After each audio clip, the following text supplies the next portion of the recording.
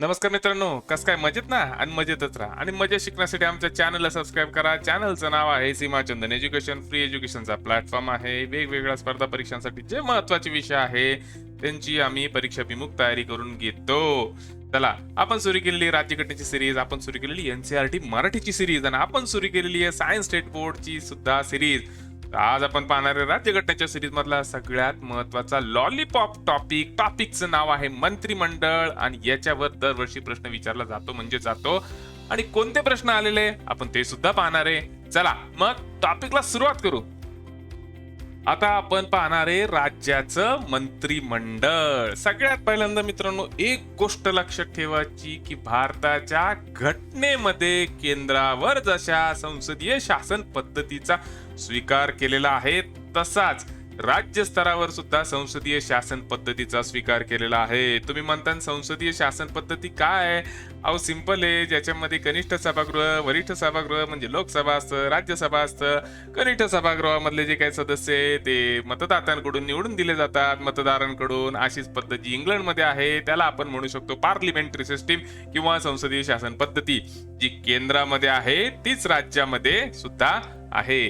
पण एक प्रॉब्लेम आहे की घटनेमध्ये जरी सांगितलं असेल की केंद्रात आणि राज्यात संसदीय शासन पद्धती असणार, पण घटनेमध्ये संसदीय शासन पद्धतीच्या तत्वांबद्दल जास्त काही सांगितलेलं नाही किंवा कुठं काही दिलेलं नाही.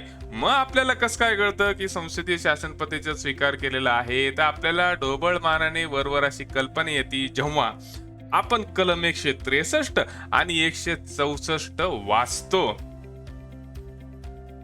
त्याच्यामुळं कलम 163 म्हणजे उपकलम 1 काय सांगतं की राज्यपालाला सल्ला आणि सहाय्य करण्यासाठी एक मुख्यमंत्री असेल आणि त्याच्या नेतृत्वाखालील एक मंत्रिमंडळ असेल. यांचं काम असेल राज्यपालाला सल्ला द्यायचं, सहाय्य करायचं. पण मित्रांनो एक गोष्ट या ठिकाणी लक्षात ठेवायची की राज्यपालाला त्याची जी काही कामं पार पाडावी लागतात ती मुख्यमंत्री आणि मंत्रिमंडळ याच्या सल्ल्यानुसारच पार पाडावी लागतात. त्याला म्हणजे आपल्याकडे लोकशाही साहजिकच राज्यपालाला त्यांच्या सल्ल्यानेच काम घ्यावं लागतं. पण काही परिस्थितीमध्ये राज्यपाल त्याचा स्वविवेक बुद्धीचा वापर करू शकतो, काही स्वच्छाधीन निर्णय घेऊ शकतो. असा त्याला स्वच्छाधीन अधिकार आहे, जे सांगतं कलम 163 उपकलम 2. पण राज्यपालांनी जे काही स्वविवेक बुद्धीने स्वच्छाधीन अधिकाराचा वापर केलेला आहे त्याच्यावर कुठंच प्रश्न विचारला जाऊ शकत नाही की बाबा तुम्ही हा निर्णय कसा घेतला, तर स्वतः स्वतः आम्हाला न विचारता विचारला जाऊ शकत नाही. असा प्रश्न ना कुठल्या कोर्टात नाही तर कुठल्या ठिकाणी. हे कलम 163(2) सांगतंय राज्यपालाचा स्वच्छाधीन अधिकार हा प्रश्नास्पद असणार नाही. कॉन्सेप्ट आता झाला पक्का.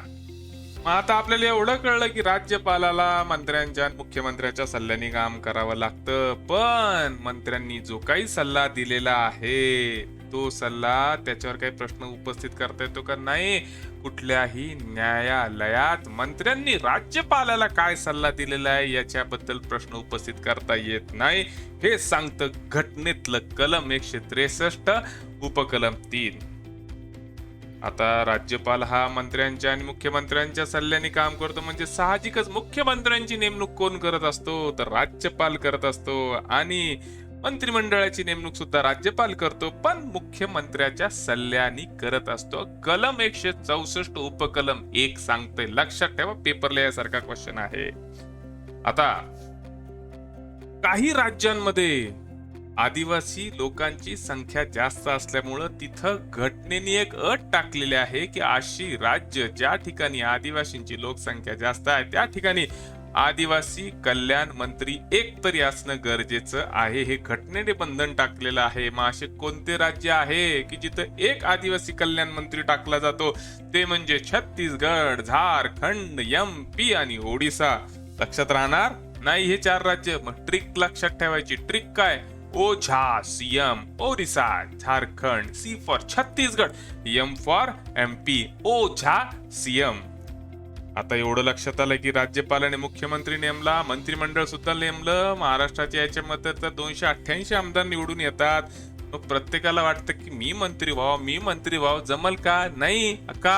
आता घटनेने त्याच्यावर पण एक बंधन घातलेलं आहे. आणि बंधन काय घातलेलं आहे तर कलम 164 उपकलम 1A यानुसार असं बंधन आहे की मंत्रिमंडळातील मंत्र्यांची एकूण संख्या मुख्यमंत्री धरून एकूण सदस्य संख्येच्या 15% पेक्षा जास्त असू नये किंवा 12 पेक्षा कमी असू नये. परत लक्षात घ्या की एकूण जी काही सदस्य संख्या आहे महाराष्ट्र उदाहरण पकडलं महाराष्ट्रामध्ये 288 आमदार आहे.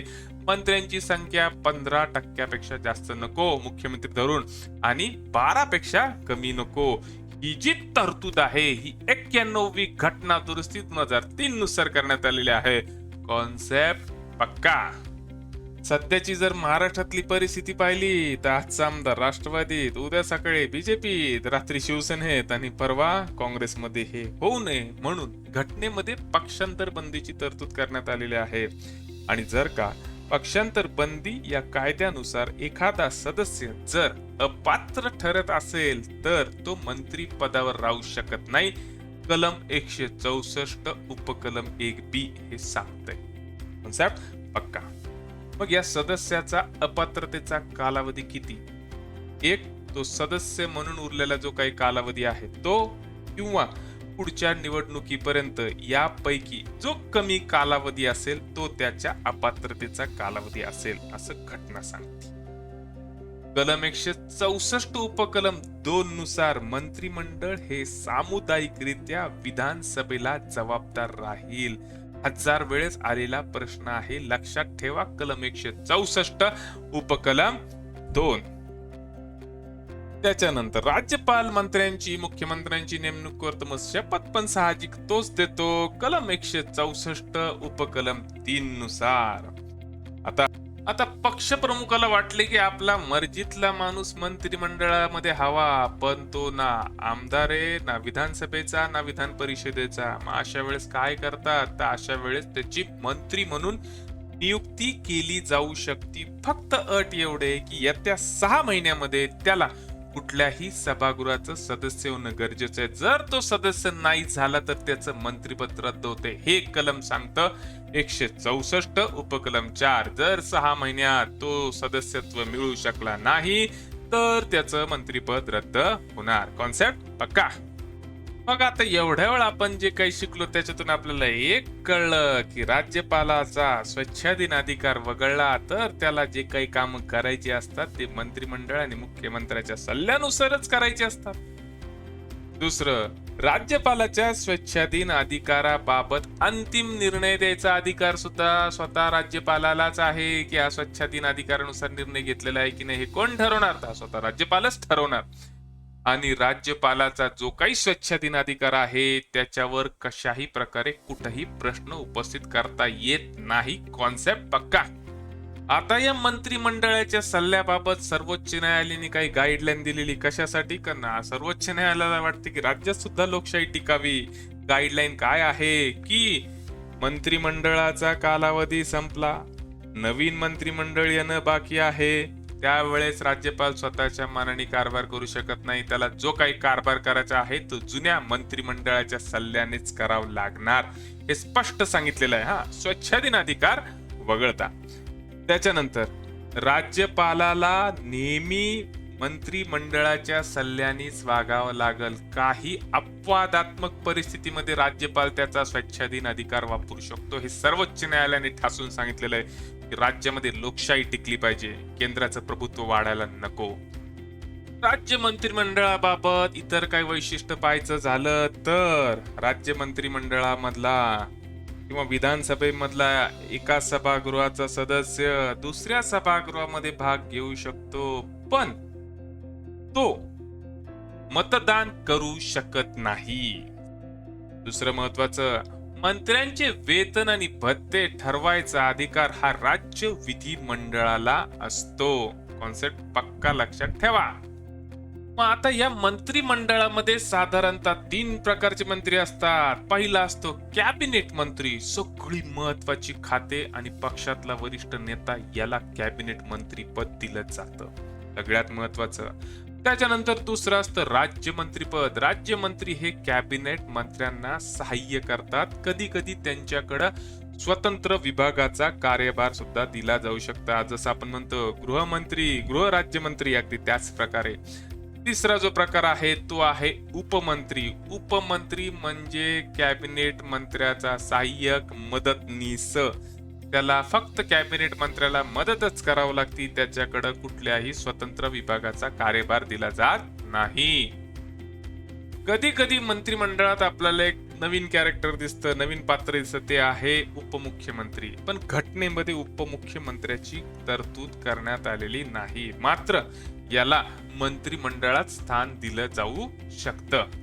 आणि इतर पण महत्वाच्या मध्ये आता पाहायचंय की कलम 164 उपकलम 2 नुसार मंत्री हा वैयक्तिकरित्या राज्यपालाला आणि सामूहिकरित्या विधानसभेला जबाबदार असतो. कलम 164 उपकलम 2 सांगताय एखाद्या मंत्र्यास राज्यपाल मुख्यमंत्र्याच्या सल्ल्यानुसार पदावरून दूर करू शकतो. राज्यपालाला मुख्यमंत्र्याचा हा सल्ला पाळावाच लागतो. घटनात्मक बंधने आपल्याकडं ब्रिटनच्या घटनेमध्ये जशी मंत्र्यांची न्यायिक जबाबदारीची तरतूद दिलेली आहे तशी आपल्याकडे आढळत नाही. म्हणजेच काय की एखादा कायदा केला तर ब्रिटनमध्ये त्याच्यावर त्या मंत्र्याची सही असते. म्हणजे उद्या जर का त्या कायद्यामुळे काही विपरीत प्रकार घडला तर तो मंत्री जबाबदार आहे. आपल्याकडं तसं नाही. आपल्याकडं राज्यपालाची सही असते, मंत्र्यावर कुठल्याही प्रकारची न्यायिक जबाबदारी टाकलेली नाही.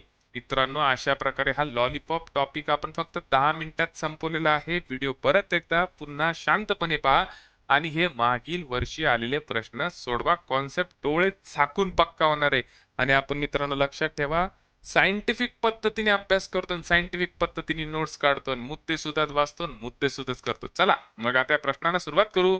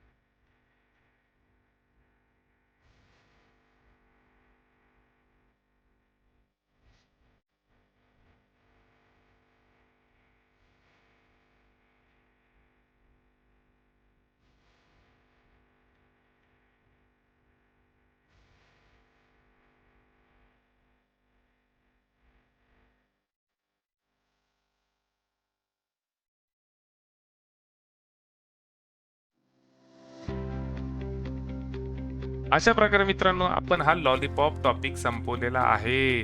10 मिनिटांमध्ये आपण टॉपिकही कव्हर केला आणि मागच्या वर्षी कशा प्रकारे प्रश्न विचारले गेले ते सुद्धा पाहिले गेले. मित्रांनो, फोकस स्टडी डेव्हलप होतोय तुमचा अशा पद्धतीने. चला, जर प्रयत्न आवडला असेल तर चॅनल सबस्क्राईब करा आणि आमच्या फ्री एज्युकेशनच्या प्लॅटफॉर्मला जॉईन व्हा. नंबर मी दिलेला आहे माझ्या थंबनेलवर. फक्त मिस कॉल करा किंवा माझा नंबर सेव्ह करा आणि व्हॉट्सअपला मला मेसेज करा की मला तुमची बॅच जॉईन व्हायची. फ्री आहे बरं का. चला मग भेटू पुढच्या व्हिडिओमध्ये. तोपर्यंत बेस्ट ऑफ लक. झटून अभ्यास करा आणि मन लावून अभ्यास करा.